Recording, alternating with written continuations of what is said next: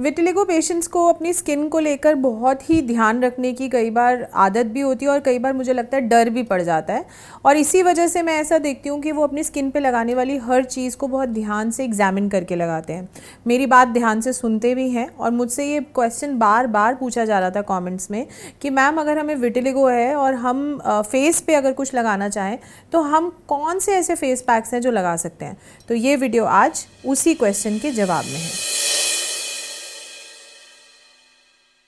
Skin को glowing यानी कि चमकदार और साफ़ यानी कि बहुत क्लीन रखने के लिए बहुत सी ऐसी चीज़ें हैं जो आपने देखा होगा मार्केट में अवेलेबल हैं, फेस पैक्स के नाम से भी मिलती हैं।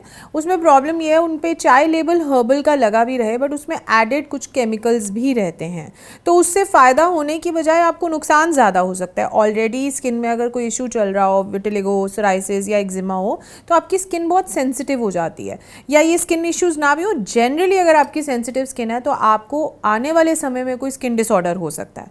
तो इसका सलूशन ये है कि आयुर्वेद में बहुत सी ऐसी हर्ब्स का जिक्र करा गया है जो स्किन में ग्लो लाने का काम करती हैं, यानी कि उनको वर्णय बोला गया। वर्ण मतलब हमारा स्किन का कलर या वो चमक और जो दमक फेस पे होनी चाहिए उसको लाने का, वो रक्त प्रसादन का काम करती है, मतलब बहुत ग्लोइंग हो जाती है आपकी स्किन। ऐसी हर्ब्स बताई गई हैं, उनको अगर सही ढंग से आपके स्किन टाइप के हिसाब से अगर आप यूज़ करें तो वो एक सेफ़ फेस पैक भी होता है और वो आपकी स्किन में फ़ायदा भी कर सकता है, हीलिंग भी कर सकता है।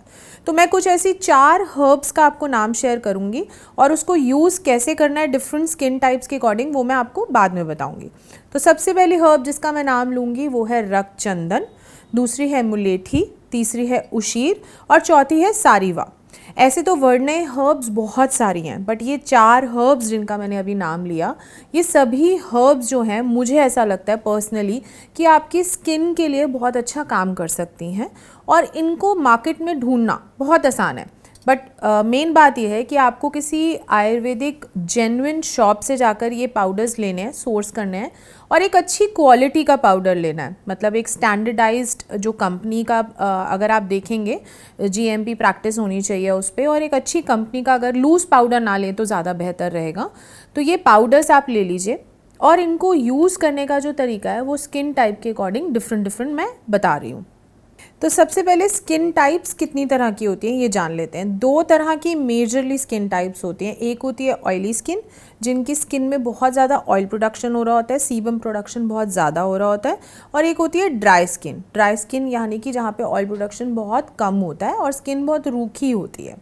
तो जब हम ड्राई स्किन की बात करेंगे तो वहाँ पर ये चारों हर्ब्स जिनका मैंने नाम लिया उनको आपको डिफरेंट जो कैरियर्स है, मतलब जिनके साथ मिक्स करना है वो बहुत डिफरेंट रहेंगे। बिकॉज अगर आप ड्राई स्किन पे बहुत ज़्यादा ड्राइंग चीज़ें लगा लेंगे तो स्किन में ग्लो तो आएगा नहीं बट स्किन ड्राई और हो जाएगी, जिसकी वजह से वो डार्क लगेगी। तो इसमें आपको क्या यूज़ करना है, जिसके साथ मिक्स करके आप फेस पैक बना सकते हैं, वो है आमंड ऑयल यानी कि बादाम का तेल। अगेन वो प्योर होना चाहिए, अगर आपके घर में बादाम है तो आप कोल्हू से वो तेल भी निकलवा सकते हैं बजाय कि आप मार्केट का लें। सेकंड, आप मिक्स कर सकते हैं इसको मलाई के साथ। मलाई भी अपने आप में बहुत ज़्यादा स्किन को मॉइस्चर प्रोवाइड करती है, तो वो एक अच्छा कैरियर बन सकता है। और थर्ड हो सकता है हनी, शहद।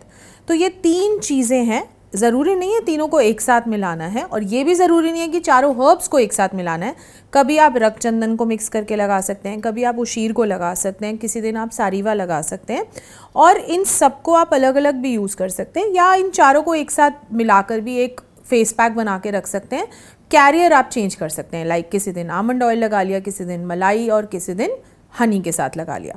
तो ये आपको ड्राई स्किन के लिए लगाना है और इसको लगाने का तरीका फेस पैक को आयुर्वेद की तरह से ये होता है कि आपको स्किन में जिस तरफ बाल होते हैं, फेशियल हेयर होता है, उसकी ऑपोजिट डायरेक्शन में लगाना है। तो इसका ध्यान रखना है। और फेस पैक लगाने का एक और नियम है आयुर्वेद में बताया गया है, वो सुबह के समय ही लगाना चाहिए, दिन के समय, रात को नहीं लगाना चाहिए। तो ये तो हुआ ड्राई स्किन के बारे में। अब मैं बताऊंगी ऑयली स्किन के लिए। सो अगेन हर्ब्स सेम रहेंगी बट जो कैरियर है, मतलब जिसके साथ हम मिक्स करेंगे और फेस पैक बनाएंगे, वो चेंज हो जाएगा। सबसे सेफ जो कि ऑयली स्किन के लिए होता है और जो ऑयली स्किन को फ़ायदा भी करता है वो है रोज़ वाटर। अब अगेन रोज़ वाटर जब आप लेंगे एक अच्छी कंपनी का लीजिएगा, आयुर्वेदिक कंपनी का लीजिएगा, क्योंकि रोज़ वाटर बनाने के भी बहुत से तरीके हैं।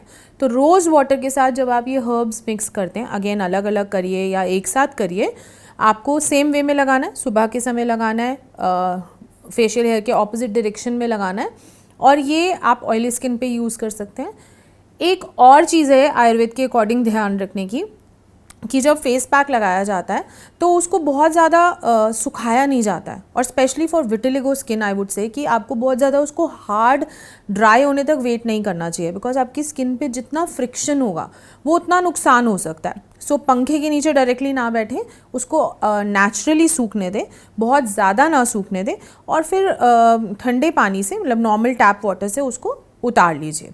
तो ये जो फेस पैक मैंने आज आपको बताया डिफरेंट तरीके से आप अपनी स्किन टाइप के अकॉर्डिंग यूज़ कर सकते हैं। इसमें कुछ फ़ायदे ये हैं, एक तो इसमें कोई केमिकल नहीं होगा, दूसरा आप अपने साफ़ हाथों से इसका इस्तेमाल खुद से कर रहे हो, किसी पार्लर में जाके नहीं कर रहे हो, थर्ड आपकी अपने स्किन टाइप के हिसाब से आप डिसाइड कर रहे हो, और फोर्थ आपके डॉक्टर से ही आपको ये सलाह दी जा रही है। तो आप एटलीस्ट स्ट्रेस फ्री भी रहोगे और आपका जो एम है कि आपकी स्किन में ग्लो हो, स्किन जो है क्लीन फील हो, वो दोनों ही आपको हो सकते हैं।